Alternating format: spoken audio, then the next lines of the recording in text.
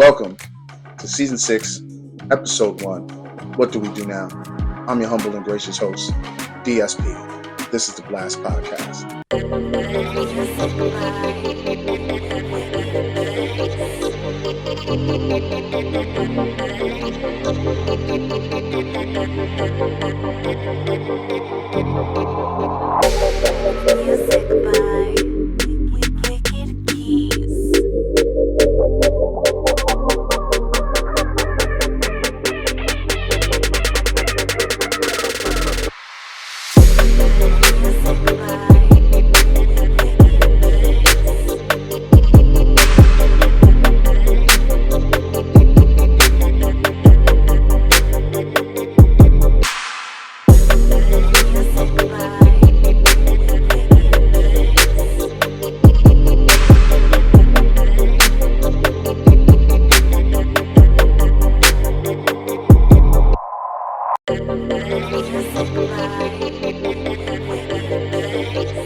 The election is passed, the inauguration is passed, and executive orders have been signed.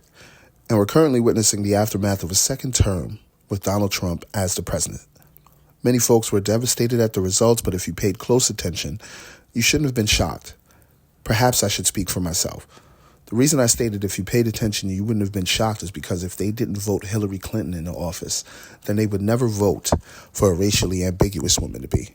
It's unfortunate, but the truth of the matter is this country is so deeply rooted in bigotry, racism, and misogyny that they would rather vote a felon into office than a qualified female candidate. I'm not here to give a deep dive psych evaluation of this country, but I'm here to speak to those who may feel a large boulder of anxiety on their shoulders. I promise you I didn't mean to do that. After the announcement of Trump winning the presidency, many people were distraught. Some even said they were ready to leave the country. The purpose of this episode isn't to be a hit piece on the current president or to be taken as anti-Trump. There's plenty of content on that particular topic, and I didn't want to throw my hat into that pile. The purpose of this episode is to bring down the anxiety, to try to give some ideas on how you can maneuver without said anxiety that may come forth in the next 4 years. Before I get into those ideas, we have to break down how we got to this point. How did we arrive to this point? Where a man whose worldview is based on classism, bigotry, has become the president of the United States. The master showman.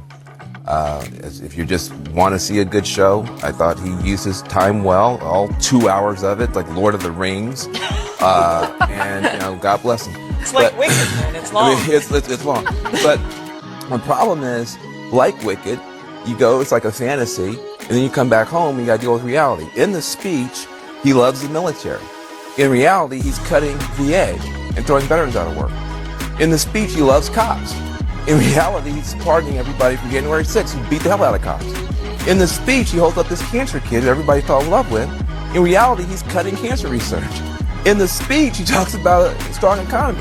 In reality, it's terrorists and the stock market's in free fall. In the speech, he's got MAHA, Make America Healthy Again, and my good buddy Bobby Kennedy Jr. But in reality, there's measles ripping through Texas. There's more measles cases in Texas than there are transgender athletes in the country. So there's a speech which is fantastic, fantasy, and then there's a reality that's getting worse and worse, and Democrats have to figure out some way to close the gap in public perception. You voted for a candidate endorsed by the KKK. For the rest of your life, you have to know that you voted the same way as the KKK. No ifs, ands, or buts. You voted for hatred. You voted against women, the gay community, Mexicans, against blacks. And you're going to call yourself a Christian? I don't give a fuck if you go to church 23 out of 24 hours. You're a mean motherfucker. Trans people are less than 1% of the population, and trans people are not the reason you can't afford eggs. We're not the reason that you can't afford health care. We're not the reason that you can't buy a house or your rent's too high. Yeah. I think they're focused on the wrong 1%. Ooh. I think the other 1% is the reason for all this pain. America is the greatest country in the world.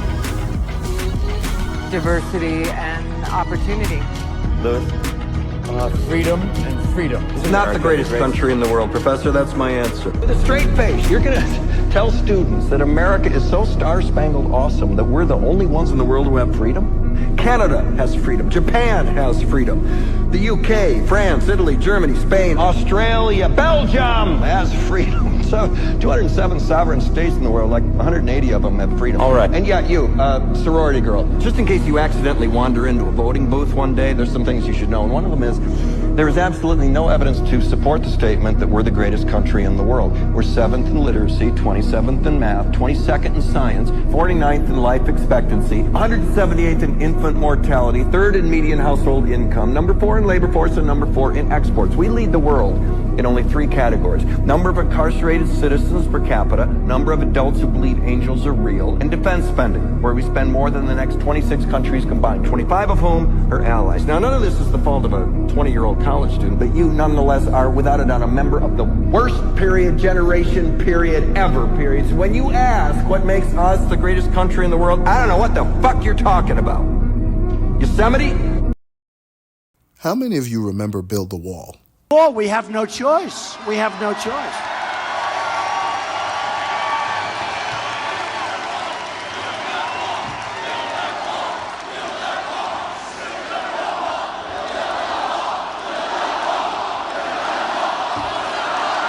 Build that wall. Build that wall. Build that wall. Build that wall. Build that wall. Build that wall. Build that wall. Build that wall.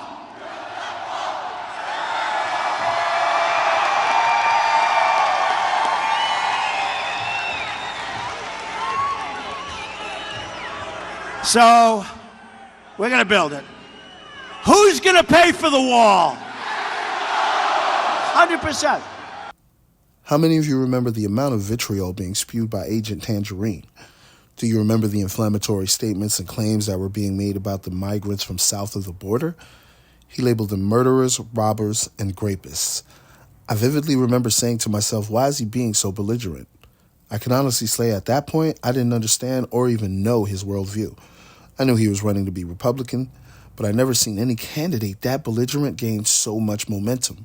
At the time, I had no idea that this was part of a strategy. The name of it is the Southern Strategy. This strategy is what led to the Southern states realigning with Republicans and their new ideals in the mid-1900s.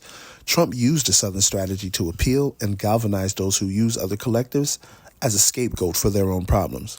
He knew if he could galvanize them, he would have no problem getting into office, which is exactly what he did. On his campaign the first time around, he would have people assaulted at his rallies. His rhetoric continued to be belligerent and riddled with lies. Unfortunately, if you're charismatic enough in this day and age, people won't fact check you, and they'll regurgitate whatever you say as if it were true. Even witnessing this at time, I felt that this election would be handed to Hillary Clinton. I truly thought that this country would be ready for a Madam President, and I was absolutely wrong. I thought Hillary Clinton, whom I felt had a pretty decent campaign, would actually take the election by a landslide. Once again, I was all the way wrong. It seems the right-wing populist nationalist campaign is still welcomed in the United States of America.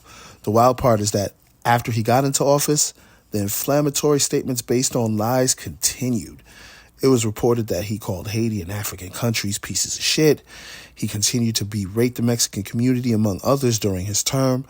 When I did my research on the poll for the election, I was pretty shocked at what I found. I knew that the white collective would be strong supporters of this man, and even a small group of black folks. I even knew a small group of Asians would support him. What I didn't know was there were a moderate amount of people from the Latin community that voted for him. Yes, I hear you shouting, why the fuck were you shocked when you're fully aware of some of the anti-blackness in their community? I'll tell you why I was shocked. The man's entire previous campaign was about building a wall around Mexico. If he were willing to treat a Latin community like this, I was thinking all the other Latin communities would stand in solidarity. Although other Latin communities did stand with Mexico in solidarity, many other Latin communities didn't. And that was startling to find. So when everyone's seen that some members of the Latin community shown their ass again for last year's election, I wasn't shocked at all. This time around, Agent Tangerine had a new target. The target was my collective, the Haitian collective in Ohio, to be exact. During his recent campaign, he accused the Haitian community in Ohio of eating Springfield, cats and dogs. They're eating the dogs. The people that came in, they're eating the cats. They're eating the pets of the people that live there. And this is what's happening in our country. Just going off of what a few white folks out of Ohio said. They would later retract their statements and said they were lying. J.D. Vance even went as far as saying he will push the narrative of a lie if it means fulfilling their agenda. You would think in the information age, once the people heard that Trump's campaign would lose momentum. They didn't lose momentum. They gained more. No apologies from the candidates, but a strong support for the Haitian community in Ohio after the lies were spread. Not going to lie, that was cool to see. Back to Tangerine, though. In his recent campaign, he would quadruple down on the Southern strategy. He made promises to end DEI hires, to stop migrants from coming into the country, and spoke on this imaginary anti-white sentiment. Another classic tactic used in this particular strategy. If you can rile up that group of men, you can for sure get their women to vote the same way. So you have the different collectors who agree with his worldview, no matter how bigoted it is, plus a group he can manipulate just by appealing to their racial tensions and inferiority complex. How is he appealing and manipulating this group of people? Have you ever heard of the Great Replacement Conspiracy Theory? It's a debunked white nationalist conspiracy theory which originated in Europe. France, to be exact, that with the assistance of liberals, the white population at large are being replaced by a non-white population. That is the surface-level definition of the conspiracy theory. It runs much deeper than that. That type of emotional manipulation can get a group of people to do anything. Hey, ask the January 6th insurrectionists. He was going to win the second election no matter how we felt about it. And since his inauguration, he hasn't disappointed his morally blind, loyal supporters. He pardoned the January 6 rioters. He proposed to terminate recognition of automatic birthright citizenship. He shut down CBP-1, denying nearly 1 million migrants into the U.S. He revoked protections for transgender troops. And he also declared he'll rename the Gulf of Mexico to Gulf of America. I hope you see where this is going. We won't get into the whole Elon Musk Nazi salute thing either, because that's a whole other video. Being racist to other Latinos, indigenous, and black folks will not bring you any closer to the whiteness that you crave so much. And if this message bothers you, then it was probably meant for you.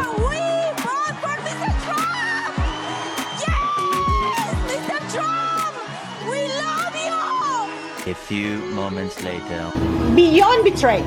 They used us. They actually, during the campaign, and I don't want to make this political, but during the campaign, the elected officials from the Republican Party, they actually told us that he was not going to touch the document. What would you have us do? I would actually, you know what? I'd just like you to show that you give a damn. That you got a little emotion about the fact that people are losing their jobs indiscriminately.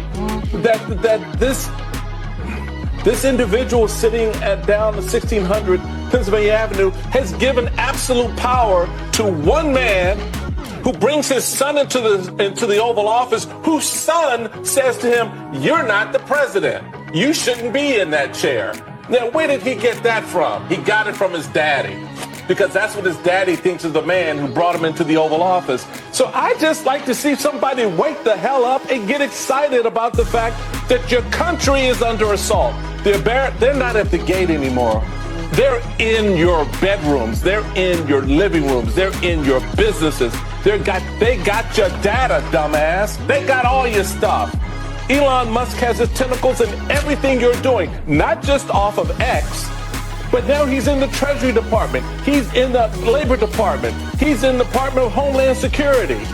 And nobody seems to give a damn. So that's all I want, somebody to show that they care enough to get off their fat ass and say something about it. And he likes what Trump is attempting to do with the Pentagon by auditing them himself.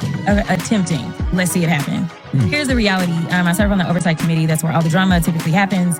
And we've had Department of Defense come before us a number of times. The vast majority of the waste, fraud, and abuse that we have in this country is Department of Defense. You can Google and find out that at some point in time, we were spending like $1,000 per toilet or something. So like, that's where we see these inflated costs. That's where we have a lot of contractors. That's where they play a lot of games. That's where Elon gets the vast majority of his money is out of defense. And when they come before us and we ask them about their audit, they haven't had a clean audit in the last 6 times we've asked for an audit. So the fact that they're going to start with people that are getting $6 a day to eat, or they want to go after the little old lady that's just trying to get her little health care, and they believe that that's what the savings is, that's not where the savings is, nor is it going after career civil servants and saying, oh, let me take your coins, let me take your job. Because when we add up, even if we fired everybody that works for the federal government, it's only maybe 4 or 5% of our budget, but approximately 50% of our discretionary budget is defense, and they can't pass an audit. So why we didn't start there, where Elon has decided that he was going to get 2 new contracts just in 2 weeks, one for $400 million to Tesla, another for a little over $300 million to SpaceX.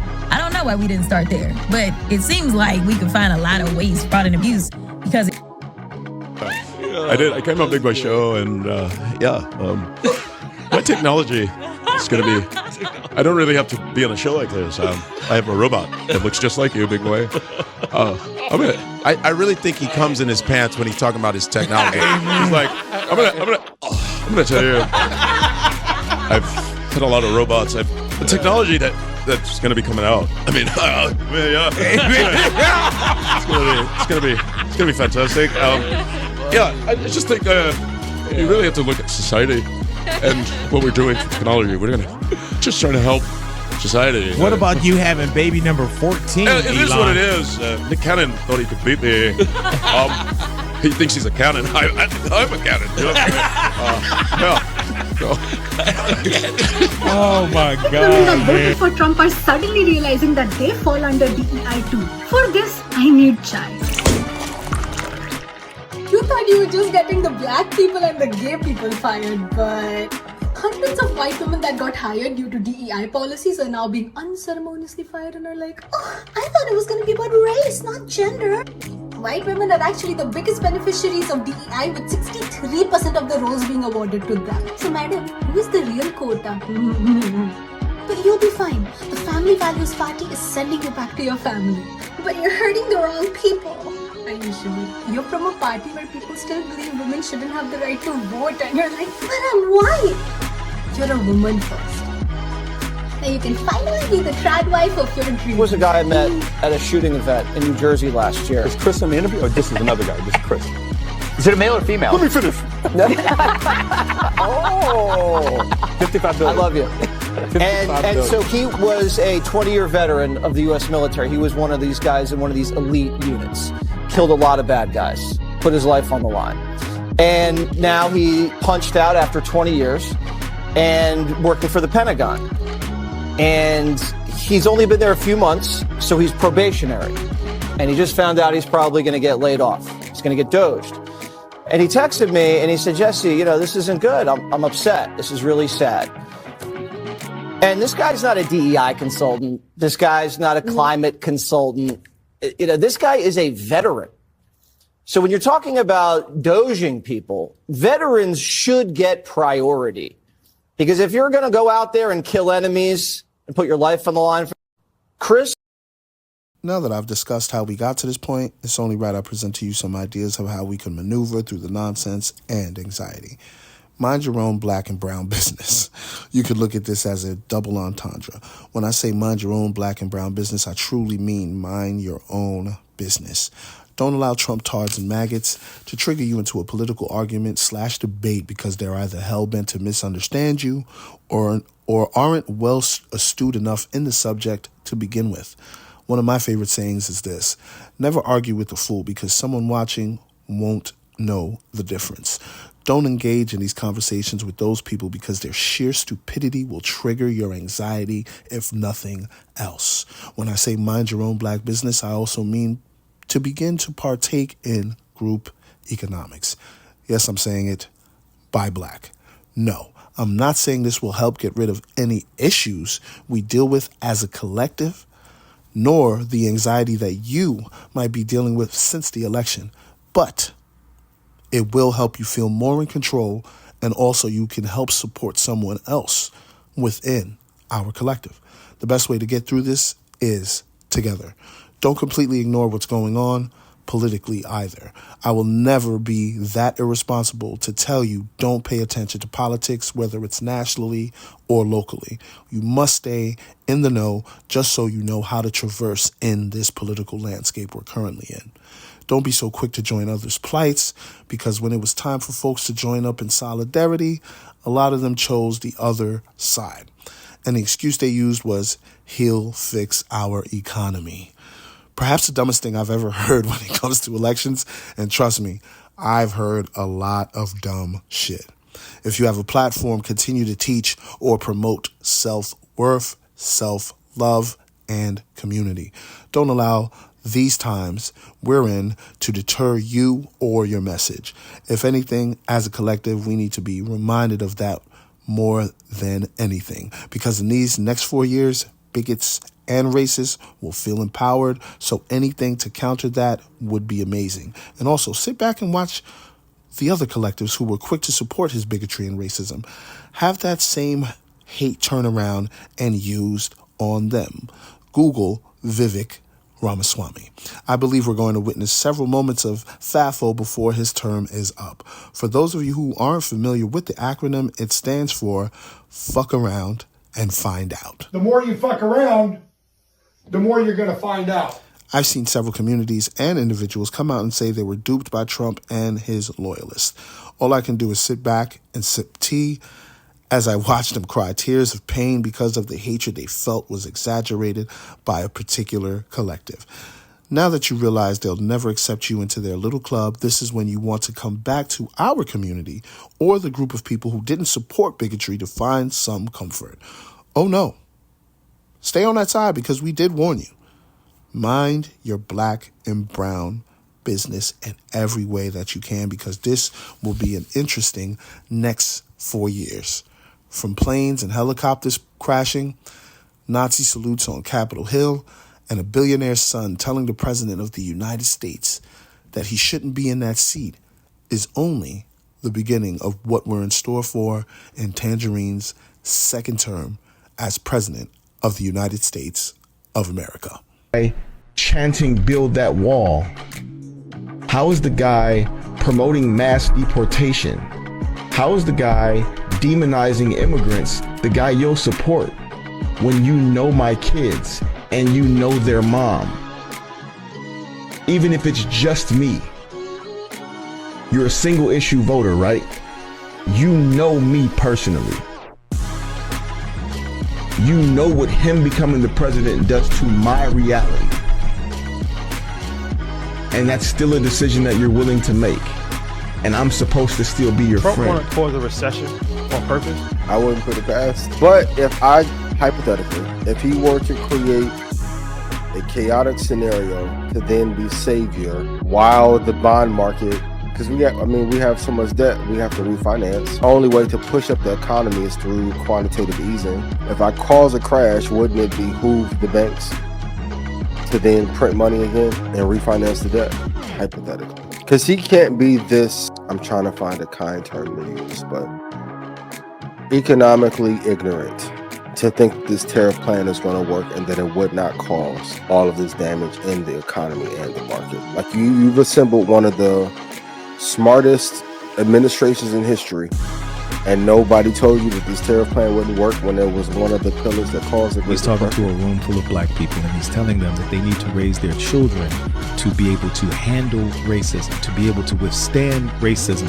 and that if they're able to do that, they'll be like Avengers and racism won't affect them. And he says that's more likely to happen than ending racism, because I don't think that's ever going to happen. Now, what he's effectively saying is, if you can change the narrative, you don't have to change their reality. You just change how they think, right? So they start to think that racism is something that they need to be tough enough to withstand.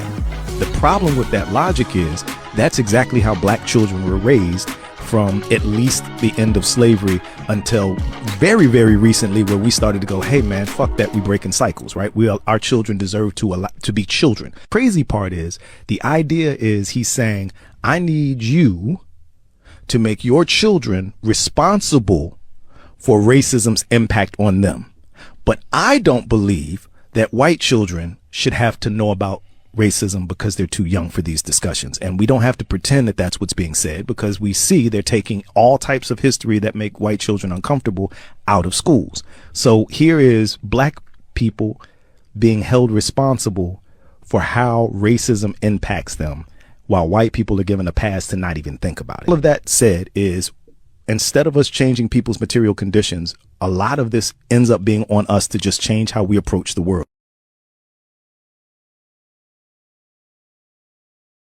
I believe this one is probably the easiest. It's as straightforward as it gets. Brace yourself. Be prepared to see some of the most unhinged situations that you've probably never expected to see in your life. For instance, I never expected to see a chopper fly into a plane taking off of the tarmac. To be honest, I didn't expect to ever see that. You've heard lies about USAID sending millions of dollars for condoms to Western Asia. And like I said previously, you literally seen a man do a Nazi salute on Capitol Hill. Let's not forget the aftermath either. ADL went out of their way to say that the gesture wasn't anti-Semitic. Meanwhile, you have pundits of the far right stating how much they loved it and how much they felt seen. We won't get into how it's been reported that Elon Musk has also been supporting the AfD, which is a known right-wing movement in Germany. Need I say more? None of these things I've mentioned previously couldn't even been predicted by a psychic. So I'm truly unable to tell you what to expect, but I can tell you to brace yourself. We're not even halfway through the first year or 4 yet. Perhaps some of you may have spoken to a Trump supporter to figure out why they voted for him. The uninformed might have told you that, hey, I'm voting for him because he promised a better economy on day one. For those people that felt that was a reason to go all in on a candidate, perhaps they should educate themselves on how the economic system works. Because the president can't fix the economy alone or in one day. If you look at the economic reports, it seems inflation is alive and well since Tangerine took office. He's threatening to impose tariffs of 10% on all imports and 60% tariffs on all goods from China. 25% tariffs on Mexican and Canadian goods were delayed due to both countries' pledge to work to prevent illicit drugs and migrants from crossing into the United States. I find this part funny because Tangerine came on TV stating how he made these countries bend the knee, how Mexico promised him 10,000 troops at the border. The joke in all this is Mexico always sends troops to the border, but they would send more troops. Last administration had about 15,000 troops at the border to stop the migrant problem. Also, brace yourself for the mental gymnastics that take place when they're defending their commander-in-chief. At least some folks have scrubbed their social media of any sign they support a Tangerine. That allows them to say, hey, they made a mistake or completely act oblivious. When you do run into these mental gymnastics, try your best not to engage, no matter how triggering their rhetoric may be. These folks get off of irritating you with misinformation they believe to be true, or saying the truth is misinformation. Many of the supporters aren't highly educated. No, I'm not the type to judge someone based on their education, but I will judge you based on your actions. You don't need an education to tell right from wrong. You don't need an education to tell you that someone is partaking in bigotry, racism, and misogyny. Every person that supported this man had every ounce of proof what this man and his administration was about, and still decided to side with hate. Don't believe them when they tell you that they didn't witness any of the prejudices I've mentioned prior. Because if you remember, the maggots were quick to say, hey, the election is over. No need to harbor hard feelings. We're friends, right? Why would you need to say that unless you're fully aware of the damage that has been done? To be fair, bracing yourself may not even be enough for the things we may see and endure. You're going to hear statements being made and actions that take place that you aren't sure is even legal. My best advice is ignore it unless it affects you or your loved ones personally. This is not in any way, shape, or form me telling you not to be informed. Being informed is probably your best shield against nonsensical claims and lies being spread. Make sure you're not solely relying on one source of information as well. The more sources you have, the more you can the more sources you have, the more you can really dissect the information and arrive to your own conclusion. One thing this campaign and supporters does very well is gaslighting. They will do anything and everything in their power to tell you that whatever you're saying is wrong or you're crazy. Do not fall for it and don't allow it to get under your skin because, like I said prior, they thrive off of that type of reaction. It's almost as if it validates their take when someone gets upset at the blatant misinformation. Never thought the lovers would eat my face. No, I never thought the lovers would eat my face. We bonded over bigotry, but they weren't supposed to turn on me. No, I never thought the lovers would eat my face. Now I never thought the lovers would eat my face. No, I never thought the lovers would eat my face. Bonded over bigotry, but they weren't supposed to turn on me. No, I never thought the birds would eat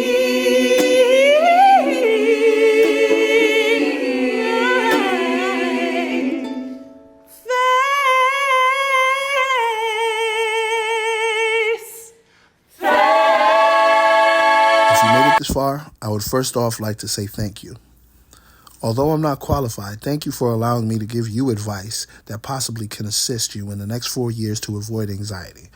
I'm not going to sit here and act like it's foolproof or guaranteed to work for you. One thing I know for sure, all humans are different. What may trigger or soothe one person will be totally different for the other. This is what makes society beautiful. Unfortunately, we're dealing with an administration that feels the complete opposite. Feel free to leave advice or critiques in the comment section of whatever channel you're watching this on. Your feedback is what I use to gauge the content. Some may feel that minding your own black and brown business doesn't pertain to them, and trust me, I know it won't. That doesn't mean you can't do what you can within your community. Although it may fall on deaf ears, at least you're doing what you can to educate those who may be confused within your community. Yes, my intentions were to speak to my community because the amount of work my community put in to educate those about this government and the ways this government works, they treated us like alarmists. Now that everyone's being affected, and I mean everyone, now folks want us to march with them, unite with them, work with them. Now that's hilarious. Don't allow anyone to dictate to you how you should move. If they never reciprocated any type of solidarity with our group, you could go on and decline the request for help because we tired. We are minding our own business on this side and bracing ourselves for whatever is about to occur. Because to be truthful, I believe this is only the beginning. We're dealing with an egotistical megalomaniac with loyal blind followers who would do anything for him. Just be prepared to witness something similar to January 6th because since they've been released, I'm sure they feel the commander-in-chief have their back. It's really nasty out here, and I don't want any of you getting caught up in the nonsense. The last thing we need is our people suffering from anxiety attacks or anxiety-induced illnesses. This administration and the man behind it isn't worth your health. Before I close out, I want to thank the 92% of black women that did vote against racism, bigotry, and misogyny. You're the inspiration behind this piece of content. You showed this country and the world you're willing to face hate head on and not back down. If that isn't inspirational, then y'all don't have a soul. To the brothers who also voted against racism, bigotry, and misogyny, I salute you. We've been at the forefront fighting hatred for as long as I can remember. So to see the fight continue on, that is also inspirational. And for you closet maggots who are probably watching this with the boo-boo face, I stand by everything I said on this, so don't waste your energy trying to convince me otherwise or attempt to trigger me. It won't work. Sorry. I truly appreciate everyone for watching this episode and be on the lookout for the next one. Also, please be sure to tap into the recap episode that'll be available on all digital streaming platforms. Thanks for tapping in to the Blast Podcast. I'm your host, DSP. Once again, thank you for tapping in. Peace.